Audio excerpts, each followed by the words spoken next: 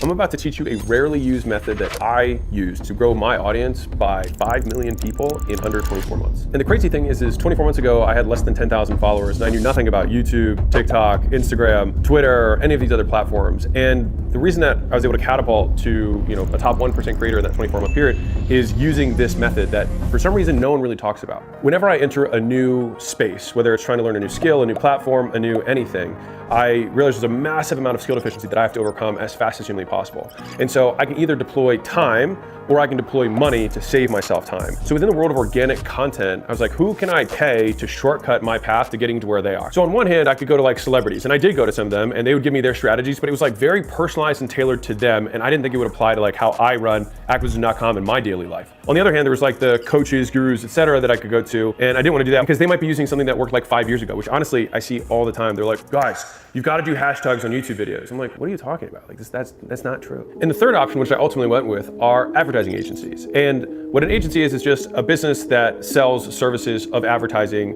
on your behalf. I can pay someone to run ads for me. I can pay someone to cut, edit, and distribute content on my behalf. So what I want to do is help you decide whether or not you should use an agency and avoid what I call the agency trap. There's different tiers of agencies. There's the guys who just make stuff, and then there's the people who are real pros. Contextually here, for one brand on one platform, a small one might cost $3-ish, maybe $5,000 a month. The more advanced ones are usually in the $15,000 to $30,000 a month. So it's significantly more money. So here's how I use agencies now and how you can too. Phase one is I get what I would consider a basic agency. So long from getting into YouTube, the first step I did was I hired a $3,000 to $5,000 a month agency, and they just got me to commit to doing 3 videos a week. They just trimmed it, which means you take out the oohs and ahs, put an intro and a thumbnail. The main objective of that first phase was just to get the basics down, forcing me to create content on a regular cadence. Once I have more context, because I've spent 3-6 months working with them, seeing what the audience likes, then I'm like, okay, now I want to learn everything. So I go from beginner of learning the basics and doing the fundamentals to how do the top creators create on this platform? No business owner should change their business for one client. And so it makes sense for both me and the small agency, or for you and a small agency, to part ways at some point when your demands for what you want exceed their capacity. So then I work with the much better, more advanced agency who works with the top creators to learn all of the more nuanced pieces of the platform. So rather than agree to their initial terms, which is basically pay us as long as humanly possible and we hope you pay until you die, this is exactly what I say. Gather round. I want to do what you do in my business, but I don't know how. I'd like to work with you for 6 months so I can learn how you do it. Plus, I'll pay extra for you to break down why you make the decisions you do and the steps you take to make them. Then, after I get a good idea of how it all works, I'll start training my team on it. And once they can do it well enough, I'd like to change to a lower cost consulting agreement. This way, you can still help us if we run into problems. Are you opposed to this? When you start that way, I like it because you're starting with very clear intentions. And you're saying, hey, I'm gonna commit to 6 months. This is what I want from you. And I'm also saying I'm gonna continue to pay you after the engagement's over for a much higher leverage, much more profitable consulting engagement. So that's what a lot of agencies would ultimately want. And if I need to pay a little bit more than the agency fee upfront, then I'm willing to do that. I also understand that as I start to train my team on it internally, there will be a period of time where I'm paying both them and my team. So you're paying twice. The thing is that when you do that, you're actually building the enterprise value of your business and you're building the asset that you own rather than being reliant on somebody else who eventually could, if you wanted to, cut you off and then you'd be dead in the water. Or what more realistically happens is they gouge you and they continue to raise the price because they can see how much money you're making from the thing. With that new agency, we ran the same play. Hey, we want to learn from you. We want to understand why you're picking these things. We want to understand the decision-making process, etc. I start documenting what they're doing into our processes internally. We want to start co-creating. So they're making stuff for us and we're making stuff for us. And eventually our stuff for us starts to be as good and eventually better than the stuff that they make for us. And it should be because I'm only one client of many to them and I'm basically renting them as fractional labor with expertise at a premium.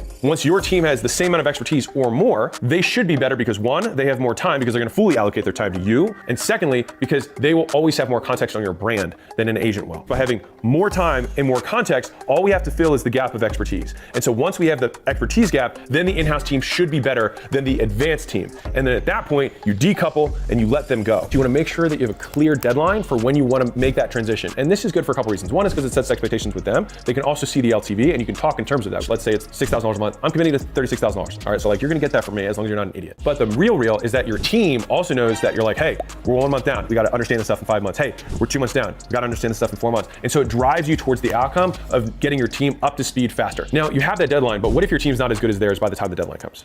Well, in my opinion, you either need to change the people or they're not teaching everything that needs to happen. Because if their low-skilled people are doing better than your team, some who is a problem, either them or you. Let's assume that the people are right and maybe it's just a more complex platform, whatever. I keep going until our team matches theirs. Once our team matches theirs, then I drop it off. We downgrade it to a consulting agreement just for insurance. 1 or 2 months later, if we feel like we're not learning anything on the calls that we have from a consulting perspective, we cut it. And we do so amicably because we set that as the expectation. That's how I grew my YouTube. So now let's approach the same concept, but on a different platform. I didn't understand TikTok at all. I didn't use it. I wasn't on it. I actually had an agency reach out to me outbound, which is not common for me to accept that, but they said, listen, you do no work. So from a value perspective, the offer was, you already have enough content out there. I can repurpose it and make shorts out of it. And I was like, okay, sure. If you want to do all the work and involve me at nothing and just make content for me, sounds good. And so that's what they did.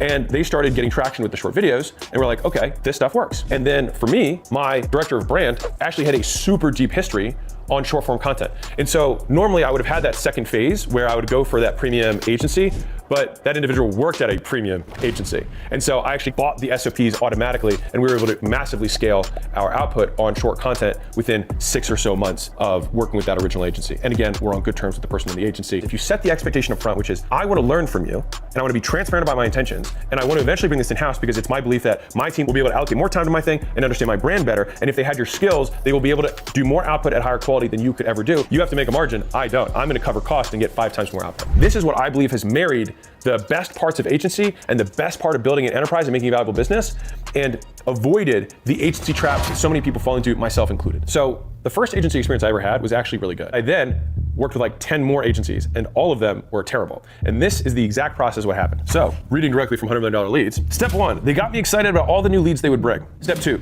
I'd go through an onboarding process that felt valuable and sometimes was. Step 3, they assigned their best senior rep to my account. Step 4, I saw some results. Step 5, they moved my senior rep to the newest customer. Step 6, a junior rep starts managing my account. My results suffer. Step 7, I complain. Step 8, the senior rep would come back once in a while to make me feel better. Step 9, the results still never got back to where they were before, and I'd eventually cancel. Step 10, I'd search for another agency and repeat the cycle of insanity. Step 11, for the zillionth time, start wondering why I wasn't getting results like the first time.